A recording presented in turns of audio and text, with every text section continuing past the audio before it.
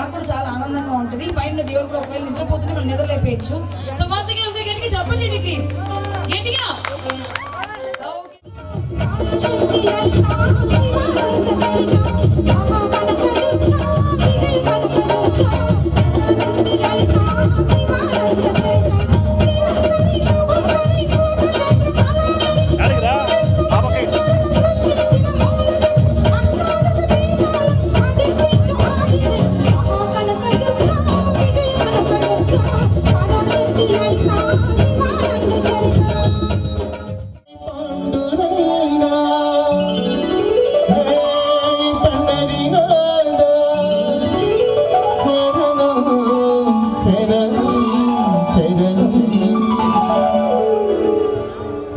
సాయి శరణం బాబా శరణం శరణం, సాయి చరణం గంగా యమున సంగమ సభా, క్షేత్రమైన తీర్థమైన సాయి, మా పామున కడుగంగమైన సాయి, క్షేత్రమైన తీర్థమైన సాయి, మా పామున కడుగంగమైన సాయి.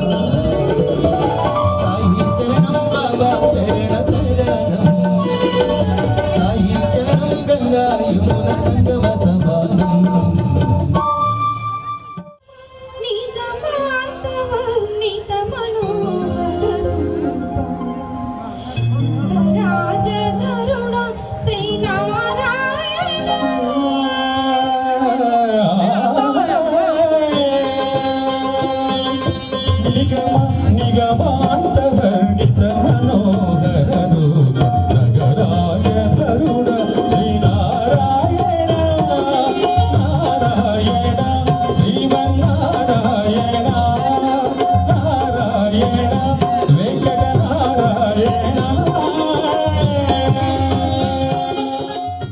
మహావిష్ణువు కూడా శివుడేనని, శివుడే మహావిష్ణువు అని చెప్తున్నారు కాబట్టి ఒక వెంకటేశ్వర స్వామి గీతాన్ని ఆలపించుకున్నాం.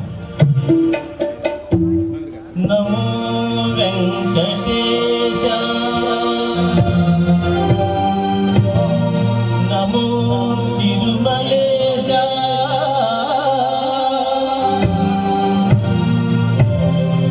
నమస్తే నమస్తే నమః.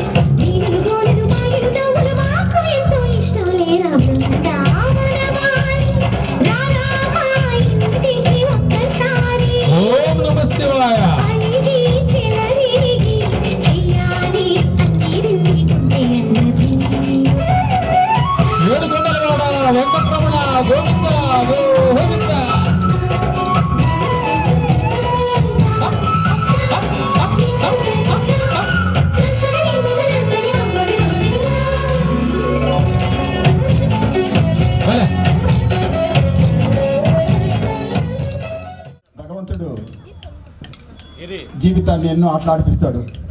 ఆ ఆటల్లో భాగం ఇప్పుడు కోలాటం జరిగింది. దానిలో భాగం ఒక పాట కచేరీ. కానీ ఈరోజు పాటలు ఏంటనంటే భక్తి రసం, చెరుకు రసం కన్నా ఎక్కువ టేస్ట్.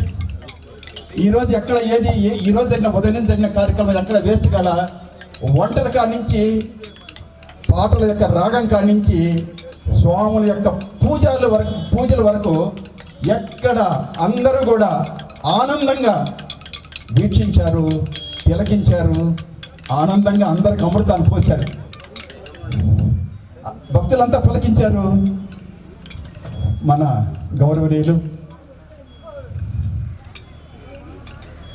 నెల్లూరు ఆర్కెస్ట్రా వారు చాలా చక్కగా పాడారు. లాస్ట్ ఇయర్ కూడా వచ్చారు, అందరినీ తన్మయత్వం చెందించారు. నాకన్నా వయసు ఎట్టున్నా గురువు గారు పెంచలేని గారు ఒక్కసారి కోటమ్మ తిరునాళ్ళలో, కోటమ్మ గుడి దగ్గర కార్తీక మాసంలో వచ్చే 1000 మందికి ఒక్కసారి టానిక్ ఇవ్వాలి నేను అని చెప్పేసి అన్నారు. ఆ టానిక్ని మన గౌరవనీయులు పెద్దలు కోటమ్మ తల్లి దేవస్థానం చైర్మన్ గారికి, మా ట్రస్ట్ సభ్యులకి అందరికి కూడా తెలపడం జరిగింది. అందరూ కూడా ఆనందంగా, అందువల్ల అందరూ కూడా మీ యూనిటీ అందరూ కూడా ఆయురారోగ్యాలతో అష్టైశ్వర్యాలతో భోగభాగ్యాలతో ఆనందంగా ఉండాలని, ఇట్లాంటి కార్యక్రమం ఇంకా అందరికీ టేస్ట్ ఇవ్వాలని బాబా వారిని, కోటమ్మ తల్లిని, భవానీ శంకర స్వామిని, ముక్కోడి దేవతల్ని, మీరు పూజించే దేవుళ్ళందరినీ కూడా ప్రార్థన చేస్తున్నాం. అందరికీ నమస్కారం. ఈరోజు ఈ కార్యక్రమం చాలా దిగ్విజయంగా జరిగింది. ఆ సందర్భంగా పెంచిరెడ్డి గారి చాలా రోజుల నుంచి ఆయన కార్తీక వనభోజన కార్యక్రమంలో నేను పాల్గొనాలి సార్ అంటే వెంటనే రమణయ్య గారు మేము వారిని ఈరోజు ఈ కార్యక్రమానికి ఆహ్వానించాం. వారికి మేము మా దేవస్థానం తరఫున, కమిటీ తరఫున పెంచిరెడ్డి గారి బృందానికి మరొకసారి ధన్యవాదాలు తెలియజేస్తున్నాం. పెంచిరెడ్డి గారు కళా తపస్వి. ఎంత చెప్పినా ఎంత పొగిడినా చాలదు, తరగదు. నేను చదువుకోలేదు కాబట్టి ఆడవరకే చెప్పాను, చదువుకున్న వాళ్ళు మాట్లాడతారు. ఇప్పుడు ఆయన ఏం చదువుకున్నాడో తెలియదు. వేదాంగాలన్నీ వాళ్ళు అవపాసన చేసి వాళ్ళు చెప్తారు. ఆయన మాట్లాడసాగితే ఇంకెవరు ఆగరు. అట్లా అద్భుతమైనటువంటి మంచి మంచి విషయాలు చెబుతూ ఉంటారు. అందుకే వారి మాటకి ఒక ఇది ఉంది. భగవద్గీతలో శ్లోకం చెప్తున్నారు. ఎవరు? గీతలో భగవానుడు దయ అనుద్వేగకరం వాక్యం సత్యం ప్రియహితం చేయత్ స్వాధ్యాయాభ్యసనం చైవ వాయం తప ఉచ్యతే.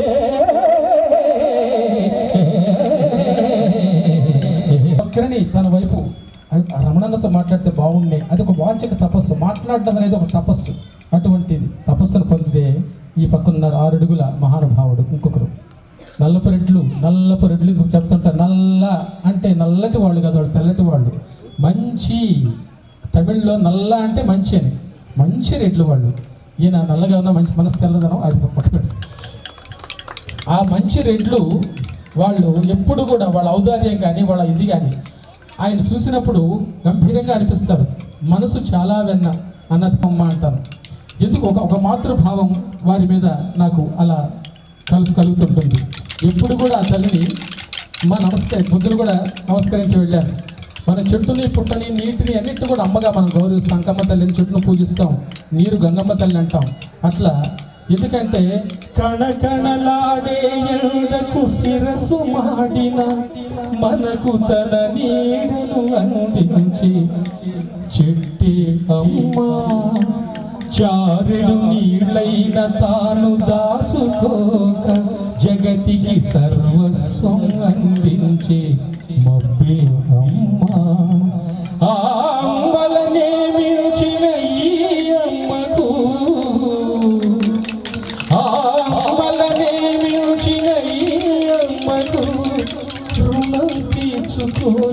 చేతును ఏ జన్మకు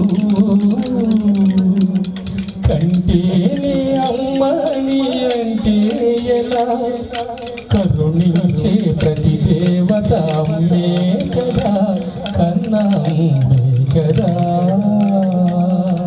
వారు ఎక్కడ ఏ కార్యక్రమాలు ఉన్నా కానీ నిండుగా ఒకరి కోసం ఒకరు అన్నట్లుగా మన కోసం వారు అన్నట్లుగా వాళ్ళిద్దరూ మనకు కనిపిస్తూ ఉంటారు. అలాగే ఇకపోతే ఈ కమిటీకి సంబంధించినటువంటి పెద్దలందరూ ఉన్నారు. కామధేను ఈయన ఇంటి పేరు ఆవుని పెట్టుకున్నాడు మహానుభావుడు.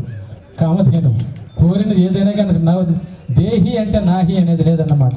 ఇంటికి పోతే పులుసు వేసి మినపేళ్ళ పచ్చడి మర్చిపోవాలని ఈరోజు కూడా అన్నం పెట్టారు. అమ్మ ఎంత కమ్మగా వండి పెట్టారో మర్చిపోలేను. పోతే కమిటీ వాళ్ళు మన కోటేశ్వర రెడ్డి గారు ఇంకా ఆయన చెప్పక్కర్లేదు. ఆయనకు అక్కడ కూడా రుచి చూసాం, చవి చూసాం. అక్కడికి వెళ్ళినప్పుడు భాస్కర్ రెడ్డి గారు పెద్దలు, సుధాకర్ శర్మ గారు, స్వామి గారు, లేకపోతే తమ్ముడు బాబురావు ఘనాపాటి ఏ కార్యక్రమం ఉందన్నా కానీ ఆ రమణన్నకి వెన్నుదన్నుగా నిలిచి తన యొక్క ఆ సేవనంతా కూడా అందిస్తూ స్వామి సేవలో తరించి పులకించిపోతున్నటువంటి బాబురావు కానీ, ఇకపోతే సాయన్న కనిపించలేదు. ఇకపోతే మా వెంకటరమణారెడ్డి గారు జన్మ ధన్యం చేసుకున్నాడు మహానుభావుడు. ఆయన కూడా స్థాయి ఒక పదవి నిర్వహిస్తూ ఆ స్వామికి తన జీవితాన్ని కైంకర్యం చేసి, ఎవరికి పెద్ద ఆయన ఉన్నాడు ఏడుకొండల మీద, ఈ వెంకటరమణయ్య స్వామి మన ముందు ఉంటే ఆయన అక్కడ ఉన్నాడు. ఆయనకి తన జీవితాన్ని కైంకర్యం చేసి సర్వస్వం మిగిలినటువంటి సమయాన్ని అంతా కూడా ఆయనకి కేటాయించి చేసేటటువంటి వెంకటరమణారెడ్డి గారికి మన అందరూ కూడా ధన్యవాదాలు తెలియచేయచ్చు. తర్వాత ఇక గిరిరెడ్డి గారు, వెంకటేశ్వర్లు గారు, కృష్ణయ్య గారు, అందరూ కూడా కమిటీ వాళ్ళందరూ కూడా మంచి మనస్సు కలిగినటువంటి వాళ్ళు. ఎందుకంటే పట్టుకొని ఆ బిడ్డలన్నింటినీ తన ఒడిలో చేర్చుకొని వాటన్నింటికి కూడా నీడనిస్తూ వాటికి క్షేమంగా కార్యక్రమాలు జరిపించుకుంటూ పోతూ ఉన్నటువంటి ఈ ఇద్దరు కూడా రెండు కళ్ళులాగా ఈ యొక్క కార్యక్రమాలు జరిపించుకుంటూ పోవడం అనేది నిజంగా చాలా అదృష్టం.